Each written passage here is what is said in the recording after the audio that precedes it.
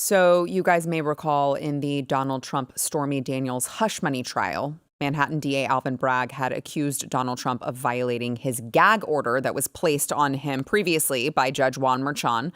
They said that he violated it 11 times last week and asked the New York judge to rule on each incident. Now, the judge last week kind of left it hanging. I think I mentioned at the time he's trying to give the illusion that he's really mulling it over and weighing if he wants to penalize Donald Trump for violating his gag order. Well, of course, today the judge ordered Trump to pay the $9,000 in fines. This was $1,000 per instance for what he said were 9 of the instances cited by the prosecution. He also warned Trump that he could be jailed for further gag order violations in an 8-page order.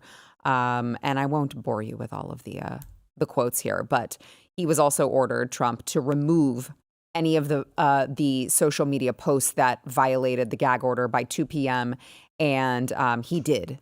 In fact, we got word that he did remove those social media posts. So those are now gone.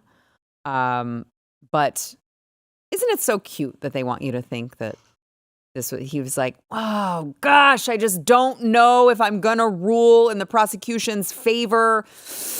Okay, I did. And also you could be jailed if you use your First Amendment right to speak out against what anyone with eyeballs sees as political persecution of the Biden regime's, political opponent. I think it was, did he say 30 days? Was there a time frame he put on it? I think 30-day jail time or something like that I read somewhere, but it was pretty significant. Yeah, what a joke, right? The whole thing is a joke. It's loaded jury, it's loaded situation. I mean, they're leading him into the enemy territory every single day he's landing, in either, LaGuardia or wherever he's landing, flying in and going, hey, let's lead him into the enemy camp because there's nothing in his favor. From jury selection to judges, it's this game. And unfortunately, we're going to have to build a thick skin around this because they're not going to stop. It's not stopping. And it's not stopping after he's in the White House either. I mean, they'll try. Well, they did it the first time. Exactly. 2 impeachments. And so I come back full circle, Eric, to say, great, I believe he wins. I am very optimistic. I really hope so. I will muster up votes. But we better start thinking past that. We have to think about the House and the Senate because they'll come with impeachment. And this time we don't have the Senate. We had it last time as a failsafe, as a buffer, twice impeached, not removed because the Senate saved him. I don't hold much confidence in the Mike Johnson posse and in the Senate to actually have the... You mean the Democrats? The uniparty. Uniparty. Actually have the gonads to do what is right, when they come for him, when he's in the White House. Yeah, I mean, look, I think anybody, even if you're kind of on the outside looking in like myself, you can see that they're going to try to make this as inconvenient, expensive, as they possibly can, time-consuming. So he can't campaign. The more it carries on, the more they think that they can or believe that they can sway kind of public opinion.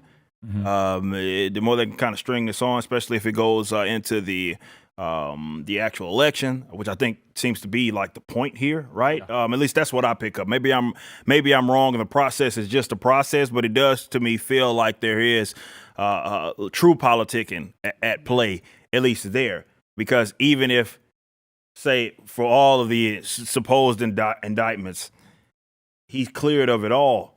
Well, in the court of public opinion, the more that they can string this on, does that even matter? Right, depending, especially once the damage already gets done, right? Let's say if it goes on as long as they can, and let's say it was good enough to, let's say, unfortunately, maybe there's a bunch of gullible people that are out there, and the way that they vote was resting upon how he was being courted, let's say, again, in public, if you will.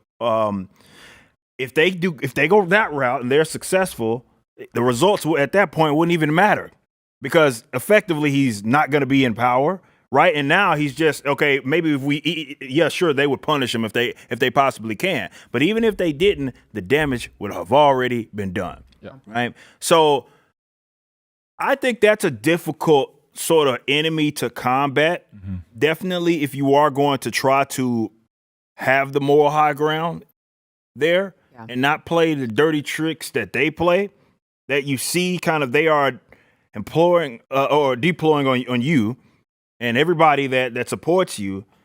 You know, I don't know if you can truly combat that and win effectively, right?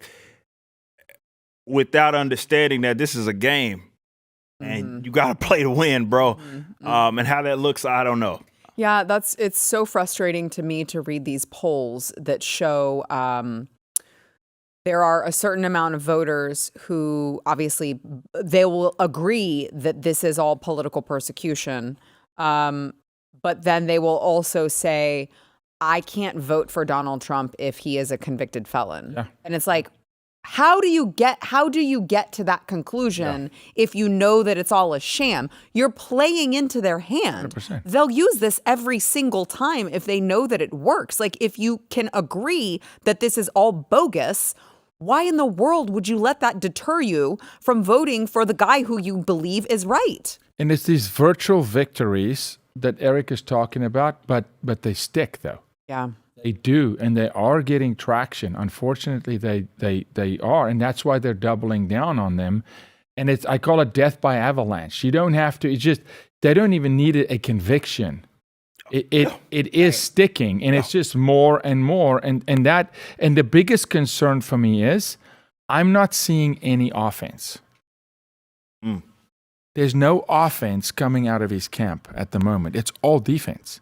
And rightfully so. I mean, he's defending, That's the point, right? Trying to take Mar-a-Lago, this, that. Yeah. I mean, he is every day, but there's no offense. Yeah. That's not good. Yeah. The second you play their game and you're not on the offense, in the ring, he who moves forward has the momentum, and that's not good. He needs to somehow find a way to pivot, and it may mean, Eric, playing the game. Mm-hmm. I don't see any other way. I'm gonna be honest. If you like this clip and you want to see the full episode, click here. And if you want to subscribe to the channel, come on, you know you do. Click here.